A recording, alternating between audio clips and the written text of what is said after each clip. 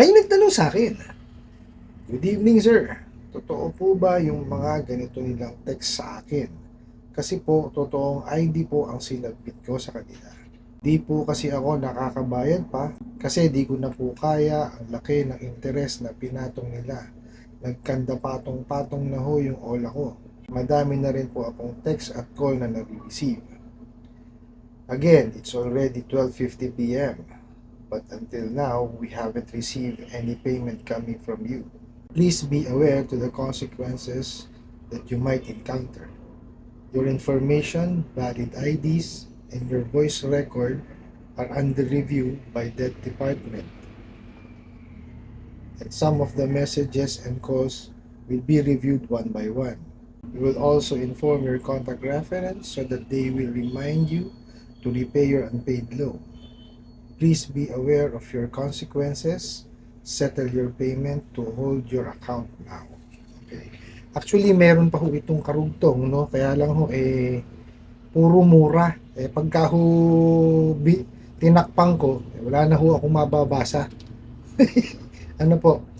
Pero ang sinasabi niya ho doon sa isang message is, gagawin daw, yung anak, pambayad, tapos may mamamatay daw ho sa pamilya.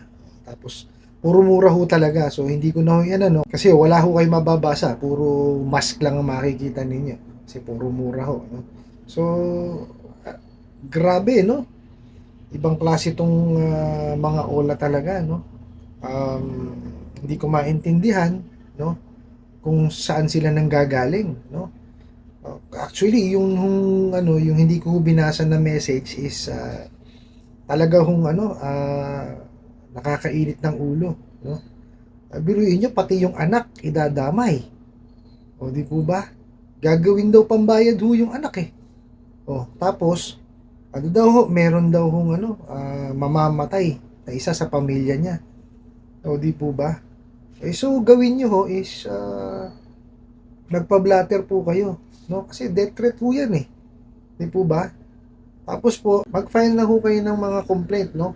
Andyan po sa screen yung yung mga ahensya ho ng gobyerno na po pwede yung pag-file ng complaint, no? And also po humanap po kayo ng abogado na makakatulong sa inyo na makapagsampa kayo ng kasong kriminal. Ano po, death threat ho ito eh. Oh, kahit ba sabihin ho natin na harassment tong ginagawa nila o pananakot, death threat pa rin ho ito. Pero may mamamatay daw sa pamilya ninyo. Tuluyan nyo ho, no? Lumapit ho kayo sa abogado or sa PAW, no? Kung wala ho kayo pampambayad sa pribadong abogado, sa PAW ho kayo lumapit. Ano po? So, mapunta ho tayo dun sa unan yung mensahe, no? Ito hong kasi ang sabi nyo, totoong ID ho yung binigay nyo, no? Wag na wag ho kayo magbibigay ng hindi totoong ID, lalo ho kung sa loan. Kasi makakasuhan ho kayo ng estafa. Panlilin lang ho iyon, no? Tsaka panluloko. Kung gagamit ho kayo ng peking ID, ayan ho, makakasuhan ho kayo ng estafa. Pag napatunayan ho nila yon, no? So tama lang ho yun, ID nyo ho talaga ibibigay ninyo. Wag ho kayo magbibigay ng peke. Ano po? Ang isa pa pong nakakatawa dito sa mensahe na to, basahin ko po. We will also inform your contact reference so that they will remind you to repay your unpaid loan. Bakit ho yung reference ang magre-remind ng bayad? Sila ho ba ang inutangan? Mga loko-loko talaga tong ola na to eh, no? Actually, kayong mga ola, hindi nyo naman dapat i-remind yung mga references eh. Di po ba? Ang trabaho nyo maningil, hindi manakot o mangharas. Bugok to. Nakakainit kayo ng ulo, no? Pero yun yung dadamay nyo pa yung mga references o yung mga ninakaw nyo na contacts, no? Para lang sabihin nyo na sila maningil. Ano gagawin nyo? Ano pa binabayad sa inyo ng kumpanya nyo? Kung ganyan din lang ang gagawin nyo, dapat tanggalin na kayo. Kung yung mga references lang o tsaka yung mga contact ang maniningil para sa inyo. Puro kayo kabubuhat. Mariosep. O di isa na naman to sa hindi makakabayad sa inyo, di ba? Kasi hinaras nyo ng hinaras eh. Eh kung kayo ba naman ni marunong maningil, oh, eh di sana hindi nagkakaganito. Di po ba? Gaano ba kahirap sundin ang pag-uutos ng SEC at saka ng BSP at saka ng NPC?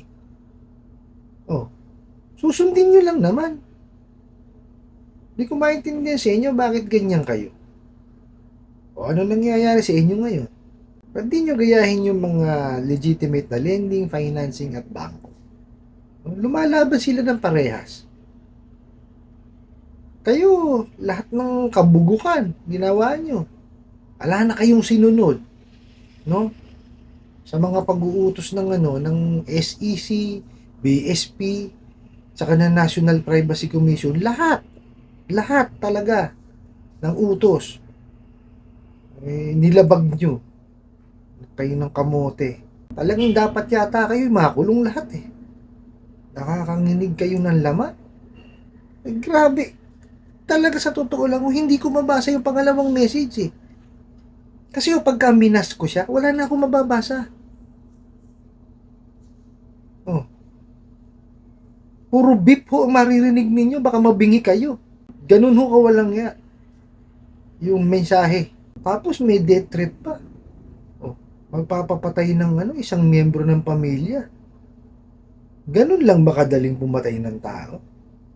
Lamok ba yan? Nang kamuti kayo. Sa inyo sabihin yan na ganyan, matutuwa ka?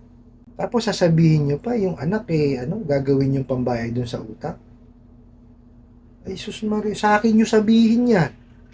Tignan ko kung saan kayo makarating.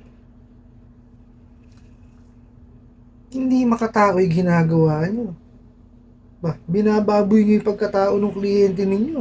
Hindi ko tama yung ginagawa ninyo. Kay mga maniningil ko ng ola. O lahatin na natin yung lahat kayo sa ola. Hindi tama ginagawa ninyo. No? Salbahe kayong lahat. Binababoy nyo yung industriya na to. Hindi ko alam kung paano kayo nakakatulog sa gabi. Hindi pa lang naman nakabayad. Hindi pa lang nakakabayad dahil nga nagipit. At nalalakihan nga doon sa interest ninyo. Oh. Eh mano ko sumusunod kayo doon sa batas? Meron pa dito, oh. Nakaligtaan ko, buti naalala ko. Ito, no? Your information, valid ID, and your voice record are under review by that department. And some of the message and calls will be reviewed one by one. Ano ang ibig sabihin ninyo? Ha? Bakit nyo kailangan i-review yung voice recording? Tsaka legal ba yung pagkuha nyo ng voice recording? Sinasabihan nyo ba yung mga kliyente nyo na recorded yung inyong conversation? Dapat sinasabihan, dapat alam nila yan. Kasi hindi submissible sa korte yan pagka ginamit yan. Sabagay, hindi naman kayo tutungtong ng korte, no? Kasi duwag kayo eh. Oh. Diba? Hindi makakatungtong ng korte. Bahay nga ng kliyente nyo, di nyo mapunta, ni korte pa. No? So, malabo pala kayong tumungtong ng korte, nakalimutan ko. No? Sorry po sa inyo, no? May pa death department pa kayo, mga bugo. Death department, gumagawa kayo sarili nyong departamento. Mariosep kayo. Ewan ko.